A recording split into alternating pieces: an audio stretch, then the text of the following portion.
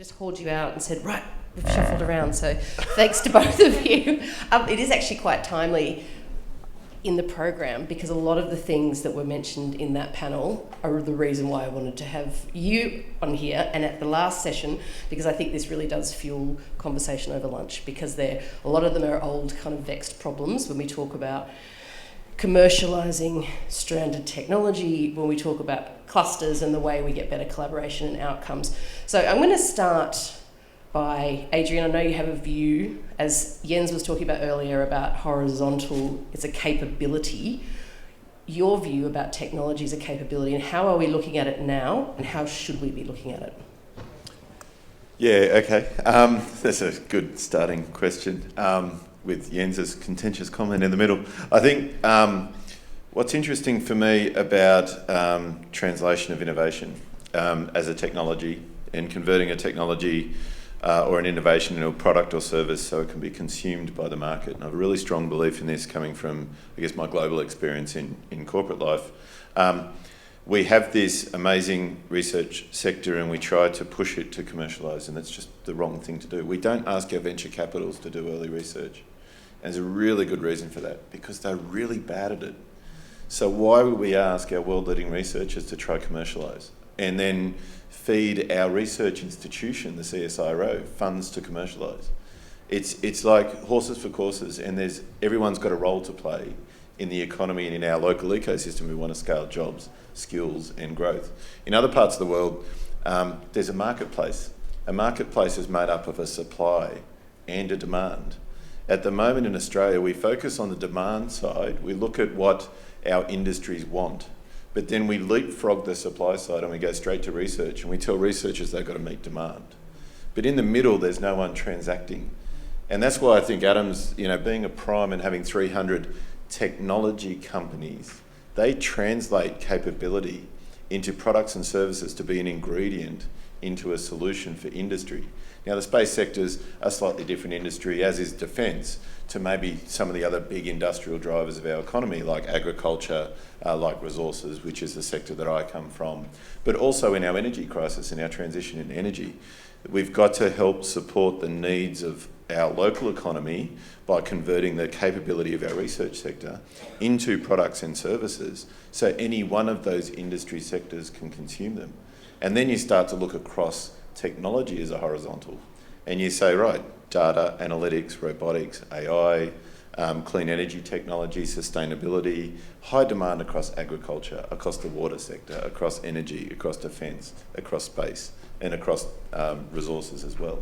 So the conversion of products and services as a marketplace for innovation to transact.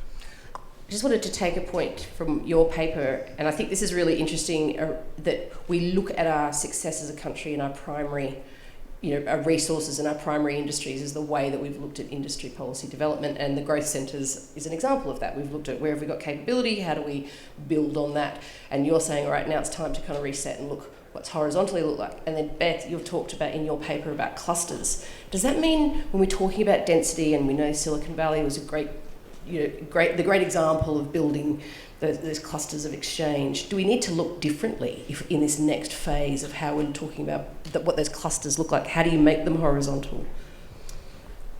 The theory and practice of clusters goes back as long as we've been studying this issue. Certainly goes back 100 years, maybe more. And one of the reasons, basically a cluster is when you get a group of like-minded businesses, whether they're competitors or they're suppliers or they're just complementary in some other way, are locating physically together. And we know that throughout history, and a lot of this is anecdotal, that clusters are much more successful than standalone firms. It doesn't mean standalone firms can't be successful, but there is a premium to being in a cluster. And Australia has clusters, but we don't have super clusters like we do in Europe and America. Silicon Valley is a classic one, Nagoya is another one, that Ruhr Belt down the middle of Germany is another one. What we know more recently about clusters and how they grow is they don't grow because people choose to locate in them. They don't grow because being located in them makes you grow faster necessarily, but you tend to be more successful. They usually grow because employees in big successful firms see an opportunity and they leave their firm to start a new firm. So they actually grow through entrepreneurship. And that's what we've found out through data, micro data that's been coming out in the last couple of decades, that these clusters grow because of spin-offs, entrepreneurship, people working in an area, they see a great opportunity. For some reason, their incumbent firm, the mothership, the behemoth they're working for, doesn't want to commercialise it, and they leave it and they start it and they grow. And that's really quite an interesting lesson for us, because it's saying that supporting that growth of those new firms and supporting them to grow and succeed is actually going to be important for a cluster. Adrian, I can see you nodding through there.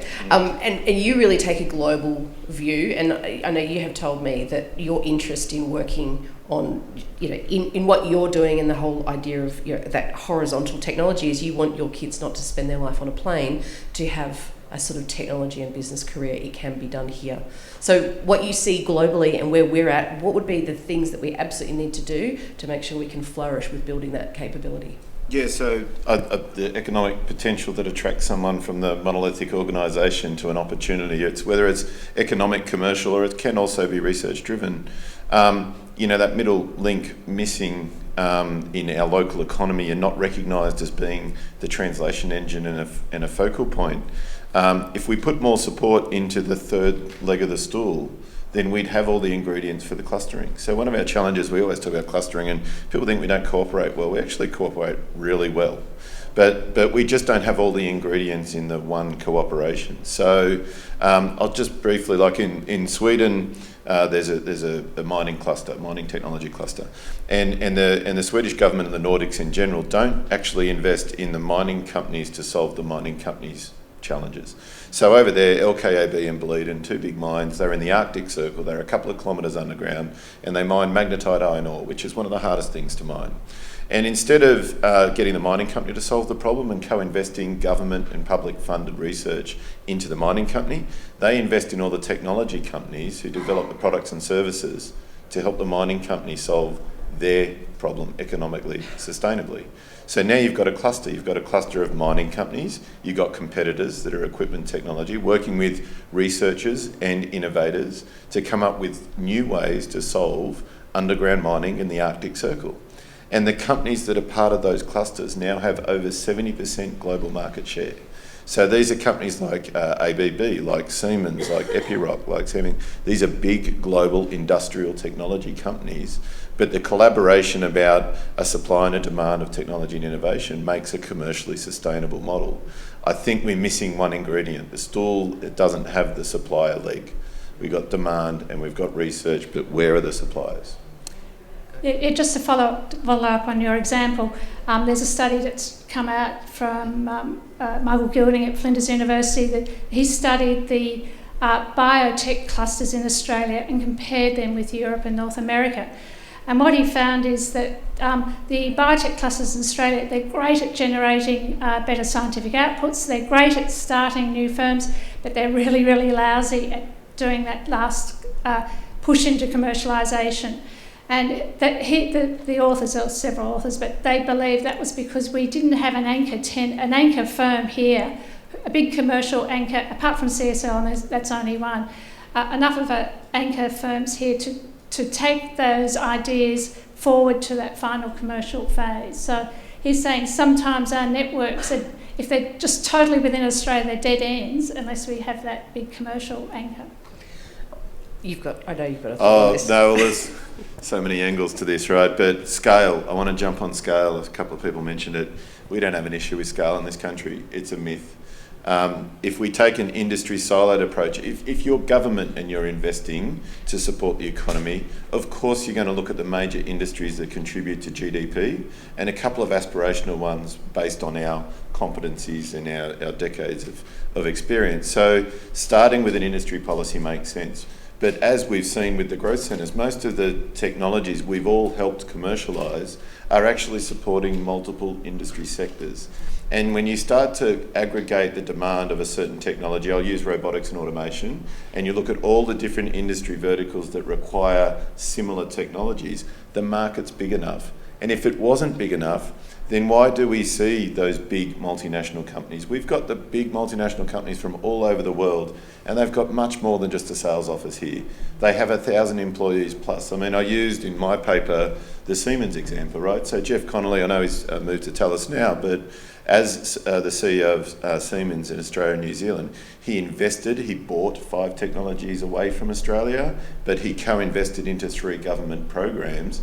If you're a large German industrial company, you don't come all the way around the world to Australia and invest in people and resources and capital if we don't have a market that's attractive.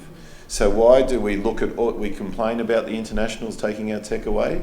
They're actually setting the example for us to say, if they can be bothered to come all the way around the other side of the world for our innovation, our technology, maybe there is something worth investing in here locally.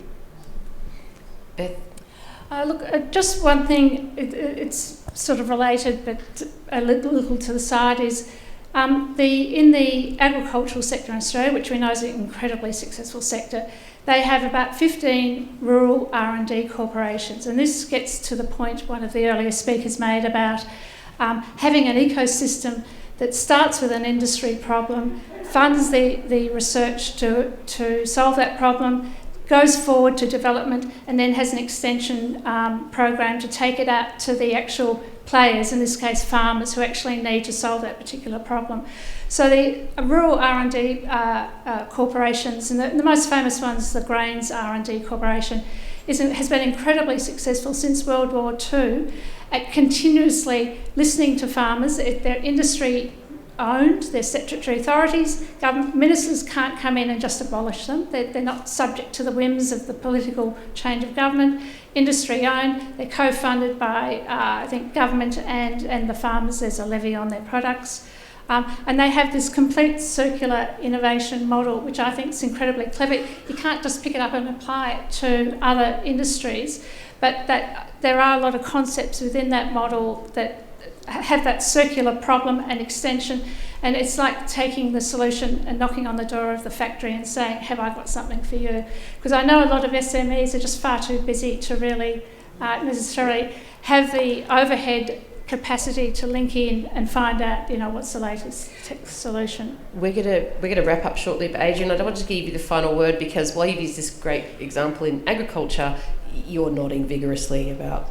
Oh, so many. A final word, I've got 2. No, so so we see similar, but industry drivers as a demand for innovation and capability, and then sustainability. So it's a commercially driven innovation. And I know Mariana's here from FIAL and Food Agriculture said, we've actually even had really good government policies to try to drive commercial sustainability of industry, but they just haven't kind of reached the scale that they've needed. They haven't had the sustained investment and support. And there's a whole lot of complexity behind that. I mean, we're the only country in the world that hangs on the federal budget like it's a really important thing. Why every 3 years do we reset our priorities as a nation? So talking to Mike at Q Control at the AUKUS event that we held the end of last year, he's like, no one cares in the US about the US budget, right? You might see an appropriations bill and you might see a lobbyist get all upset about it. We hang on every word. So I don't know why we are so shift in the wind instead of sustain the long-term investment in building these capabilities, because our primary industries that do drive economic benefit sustain for decades in their investment. But the other quick final word that I'm going to chuck in is researchers as well. The thing that I admire and frustrates me about research in Australia, it is definitely world leading. So sitting at GE, ABB, looking around the world at innovation, you come to our research sector and it is so far ahead. But the aspiration is to make your paper, make your success published in the hardest place to possibly find it. Success is when you get published in the journal that costs $11,500 just to read your journal article. Now, if you're busy, I'm pretty sure that Gilmore Space doesn't have anyone sitting in the team just looking through academic journals for inspiration for their business, because they're out building rockets. So if we want people who are going to make an economic benefit in return to be more engaged with research, let's not make success what journal you get published in. Let's have a look and see what industry company wants to take your research and scale it globally, because there's so much good research out there. That's a great place to leave it, specifically because we'll have the opportunity at lunch to talk with Australia's Chief Scientist and also Chief Defence Scientist. And all of these themes are things that are really at the top of mind for both of them, I have no doubt, and we'll have an opportunity to ask them at lunch. Can you please join me in thanking Beth and Adrian while I hand over?